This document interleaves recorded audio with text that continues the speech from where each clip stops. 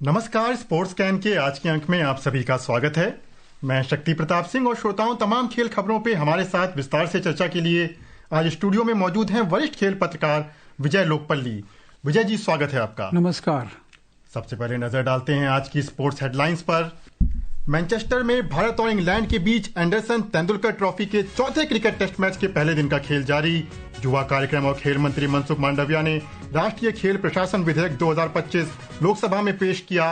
अनाहत सिंह विश्व junior squash championship के महिला वर्ग के क्वार्टर फाइनल में पहुंची और चाइना ओपन में पीवी सिंधु, उन्नति हुड्डा तथा सात्विक साईराज, रिंकी रेड्डी और चिराग शेट्टी की जोड़ी अगले दौर में पहुंची।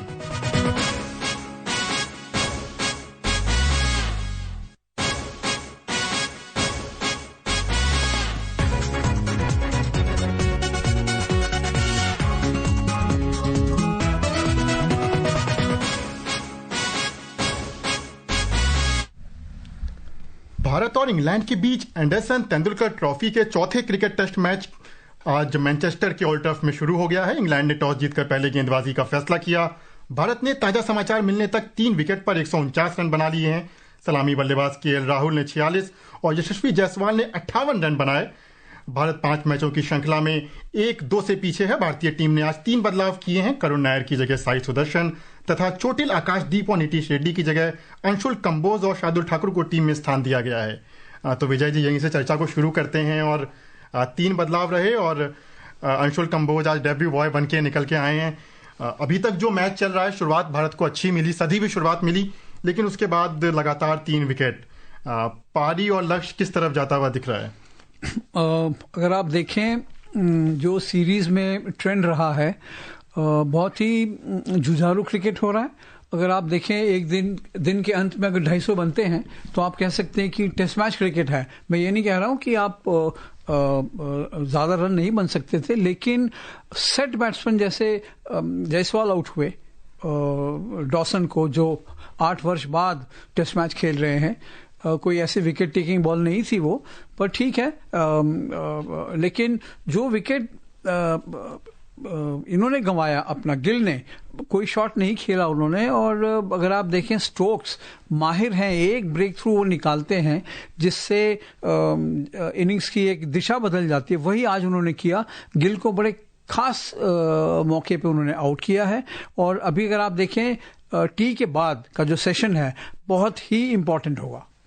जी, हमने सीरीज में लगातार हम पहले मैच से देख रहे हैं। करुण नायर के साथ हमने कई बार देखा, कई खिलाड़ियों के साथ ये चीज देखने को मिली कि शुरुआत खिलाड़ियों को मिल रही है, स्टार्ट मिल रहा है, लेकिन वो उसको बड़ी पारी में कन्वर्ट करने में अक्सर चूक जा रहे हैं। इसके पीछे क्या कारण हो सकता है? वही आपका टेम्परामेंट है ना। सुनील गावस्कर जी हमेशा यही बोलते हैं कि आपने शुरुआत अच्छी की है तो आपने शुरुआती जो है लड़ाई है बॉलर से आपने जीत ली। उसके बाद जब आप विकेट गंवाते हैं तो पूरा आपने जो अच्छा काम किया वो आप खराब कर देते हो। करुण नायर के विषय में मैं ये कहूंगा कि वो थोड़ा अनफॉर्चुनेट रहे। स्टार्ट मिलता रहा उनको, हमेशा उनको प्रेशर एक महसूस होता था क्योंकि वापसी की थी उन्होंने इतने सालों बाद, और फिर वापस उन्होंने आज गंवा दी अपनी जगह। लेकिन मुझे अंशुल कंबोज के लिए बहुत खुशी है।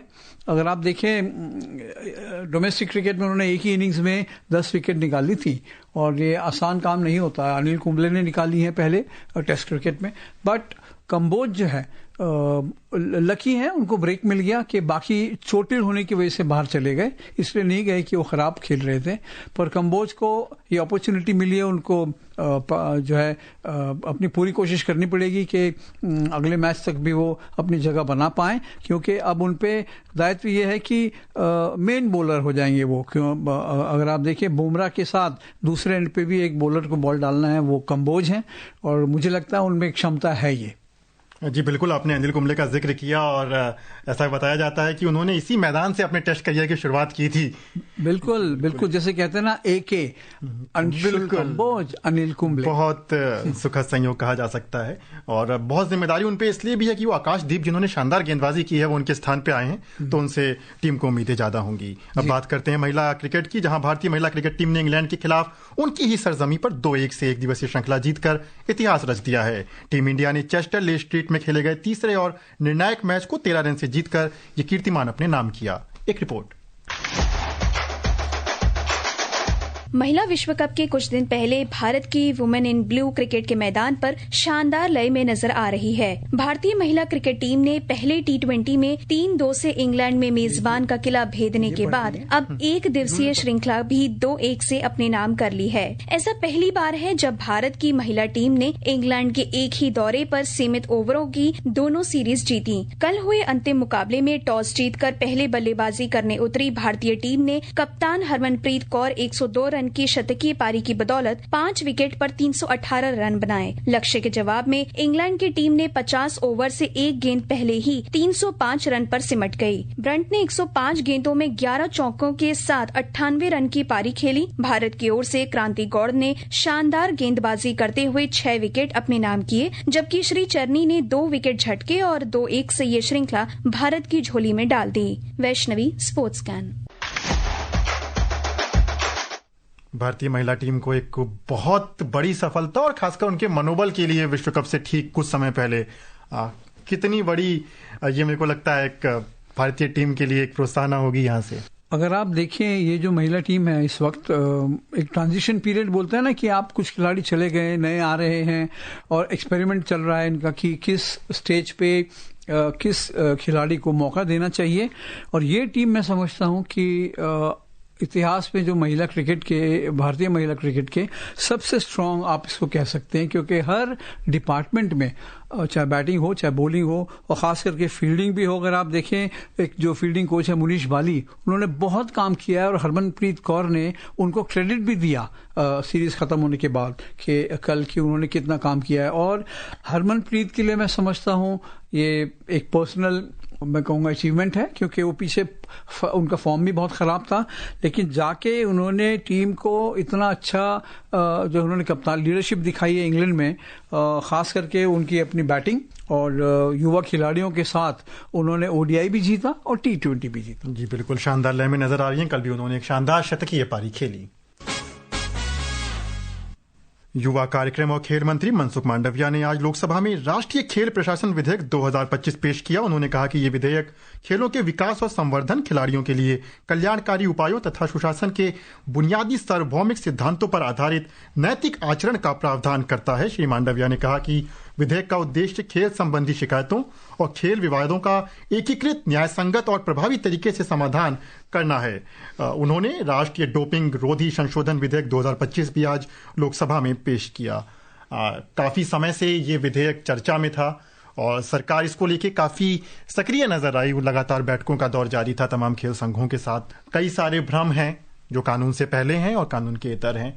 आज ये विधेयक हालांकि पहुंच गया, बहुत हंगामे के बीच आगे चर्चा नहीं बन पाई, लेकिन कितना महत्वपूर्ण ये विधेयक है वर्तमान खेल परिवेश में? बहुत महत्वपूर्ण है। अगर आप देखें इससे पहले कुछ एक चीज में मुझे याद है अभिनव बिंद्रा ने कहा था कि एक तो उनका ये कहना था कि एक सिंगल विंडो क्लियरेंस जिसे कहते हैं, तो यहाँ पे ये होगा कि एक स्पोर्ट्स ट्राइब्यूनल बन जाएगा तो आपके सारे जो विवाद हैं आप वहां पे उसको सॉल्व करेंगे। लेकिन ये बहुत अच्छा कदम उठाया है सरकार ने। स्पोर्ट्स में उन्होंने रिस्पॉन्सिबिलिटी डाल दी है फेडरेशंस के ऊपर भी, आपको थोड़ा अकाउंटेबल होना पड़ेगा, ये नहीं कि आप मनमानी करे जाएं और हर कोई अब एक आपको जवाब देना पड़ेगा। आपने कोई डिसीजन लिया तो उसके ऊपर उससे होता यह है कि ट्रांसपेरेंसी और आप भरोसा भी जीतते हैं खिलाड़ी का, जो फैंस हैं उनका। और इसमें अगर आप देखें बहुत सबसे मुझे अच्छा लगा ये कि खिलाड़ियों को इन्वॉल्व किया जाएगा अलग अलग कमिटीज में और उनके ऊपर बहुत रिस्पॉन्सिबिलिटी दी जाएगी। और जिस तरह की बात हो रही है कि एक ऐसी संस्था बनाई जाएगी, एक अम्ब्रेला ऑर्गेनाइजेशन की तरह वो काम करे जो सभी संघों को अपने अधीन लाके, तो शायद मेरे को लगता है कि काफी हद तक ये एक पारदर्शिता बढ़ाने की दिशा में भी एक बड़ा कदम साबित होगा। जी हाँ, और फेडरेशंस के लिए भी अच्छा होगा क्योंकि वो डायरेक्टली डील करेंगे मिनिस्ट्री के साथ। वैसे भी अभी भी अगर आप देखें सरकार जितना उनको प्रोत्साहन देती है, फंडिंग करती है उनके प्रोग्राम्स को, तो वो एक दिशा में मैं कहूँगा सही दिशा में है, क्योंकि आप ओलंपिक्स की तैयारी कोशिश कर रहे हैं कि आप ओलंपिक्स कराएं और खेल पे इतना इम्पोर्टेंस है हमारी सोसाइटी में, तो ये ठीक टाइम पे आया है। वैष्णवी अडकर ने विश्व यूनिवर्सिटी खेलों में टेनिस के सेमीफाइनल में प्रवेश कर भारत का पदक पक्का कर दिया है। 20 साल की वैष्णवी ने जर्मनी में चल रहे खेलों की महिला सिंगल्स स्पर्धा के क्वार्टर फाइनल में मेजबान देश की सीना हरमैन को 6-1, 6-4 से हराया। अब उनका सामना स्लोवाकिया की एस्टर मेरी से होगा। वे लंदन बल के बाद इन खेलों में पदक जीतने वाली दूसरी भारतीय बनेंगी। काहिरा में खेले जा रहे विश्व जूनियर स्क्वाश चैंपियनशिप के महिला वर्ग में आज भारत की अनाहत सिंह क्वार्टर फाइनल में पहुंच गई हैं। प्री क्वार्टर फाइनल में उन्होंने ब्राजील की लौरा सूजा बेजेरा दा सिल्वा को 11-5, 11-2, 11-6 से हराया। वहीं अनिका दुबे भी राउंड ऑफ 32 में जीत दर्ज करके अगले दौर में पहुंच गई हैं। पुरुष वर्ग में भारत के शिवान अग्रवाल राउंड ऑफ 32 में जीत गए। वहीं करण यादव को हार का सामना करना पड़ा। तो स्क्वाश में अनाहत सिंह लगातार अंतर्राष्ट्रीय प्रतियोगिताओं में बहुत बेहतर प्रदर्शन कर रही हैं और ये जूनियर खिलाड़ी से मेरे को लगता है कि भारतीय स्क्वाश के एक उज्जवल भविष्य की कामना की जा सकती है। बिल्कुल की जा सकती है। और आप देखें इनके ऊपर जो है सरकार ने भी कोशिश की है कि उनको प्रोत्साहन दें अलग अलग टूर्नामेंट्स के लिए। हालांकि स्क्वाश एक बहुत ही कठिन, मैं समझता हूँ बहुत ही चैलेंजिंग स्पोर्ट है और वहाँ पे इन्होंने इतना अच्छा करना और इस छोटी उम्र में अगर वो इंटरनेशनल टाइटल ला रही हैं तो आगे उनका भविष्य उज्जवल है। जी बिल्कुल। और इस प्रकार के खिलाड़ी पूरे खेल के लिए उम्मीद जगते हैं और कोई एक राजवर्धन सिंह राठौर आता है और पूरी शूटिंग को नई संजीवनी दे जाता है। उसी प्रकार से भारतीय स्क्वाश के लिए ये एक बहुत बड़ी उपलब्धि है। चीन में चाइना ओपन सुपर 1000 बैडमिंटन में भारत ने अपने अभियान की अच्छी शुरुआत की है। जानते हैं किन भारतीय खिलाड़ियों ने मैदान पर बाजी मारकर अगले दौर में जगह बनाई। 2 बार की ओलंपिक पदक विजेता पीवी सिंधु आज कोर्ट पर अपनी स्वाभाविक फॉर्म में नजर आईं। सिंधु ने महिला सिंगल्स में जापान की तोमोका मियाजाकी को 62 मिनट तक चले कड़े मुकाबले में 21-15, 8-21, 21-17 से हराकर प्री क्वार्टर फाइनल में प्रवेश किया। प्री क्वार्टर फाइनल में अब सिंधु का सामना उन्नति हुडा से होगा। उन्नति हुडा ने स्कॉटलैंड की क्रिस्टी गिलमोर को 21-11, 21-16 से हराया। पुरुष डबल्स में सात्विक साईराज रंकीरेड्डी और चिराग शेट्टी की जोड़ी ने जापान के केन्या मित्सुहाशी और हिरोकी अकामुरा की जोड़ी को 21-13, 21-9 से हराकर शानदार शुरुआत की। सात्विक और चिराग की जोड़ी का अगला मुकाबला 8वीं वरीयता प्राप्त इंडोनेशिया के लियो रोली कर्नाडो और बागस मौलाना की जोड़ी से होगा। महिला डबल्स में ऋतुपर्णा पांडा और श्वेतपर्णा पांडा को हांगकांग की नगा टिंग येऊ और पुई लाम योंग से हार का सामना करना पड़ा। Mukesh Kumar, sports scan. सबको उम्मीद थी कि पीवी सिंधु कब लय में लौटेंगी। आज का जो उनका गेम रहा वो कह सकते हैं कि जो स्वाभाविक खेल है पीवी सिंधु का वो काफी हद तक उसकी झलक देखने को मिली। हाँ, थोड़ा कॉम्पिटिटिव था और सिंधु से तो अगर टाइटल जीतती हैं तो अच्छा होगा क्योंकि पीछे उनकी परफॉर्मेंसेस जो है बिलो पार जिसे कहते हैं उनके स्तर के मुकाबले नहीं थी। लक्ष्य सेन का भी वही हाल है।